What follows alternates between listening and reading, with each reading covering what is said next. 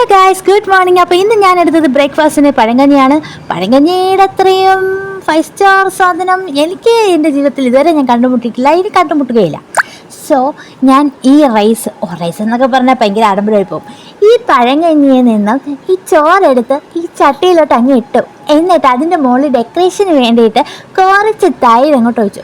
പിന്നെ കുറച്ച് കളർഫുൾ ആവണ്ടേ, അതായത് ചോറും വൈറ്റ് മോരും വൈറ്റ്. കളർഫുള്ളിന് വേണ്ടി വേറൊന്നുമല്ല, നമ്മൾ കല്ലിലരച്ച തേങ്ങാ ചമ്മന്തിയും പിന്നെ അതിൻ്റെ മുകളിൽ കുറച്ച് പുളിയും ഉപ്പും കൂടി മിക്സ്ഡ് ആവാൻ വേണ്ടിയിട്ട് നെല്ലിക്കയുടെ ചാറുണ്ടായിരുന്നു ഉപ്പിലിട്ട് വെച്ച്. അതിൻ്റെ അകത്ത് നല്ല ചുമന്ന മുളകും ഇതെല്ലാം കൂടി അങ്ങോട്ട് ഒഴിച്ച് ഈ കൈ കൊണ്ട് കുഴയ്ക്കുമ്പം കൈക്ക് കിട്ടുന്ന ഒരു സുഖമുണ്ടല്ലോ, അതെന്ത് സുഖമാണ് എനിക്കറിയില്ല.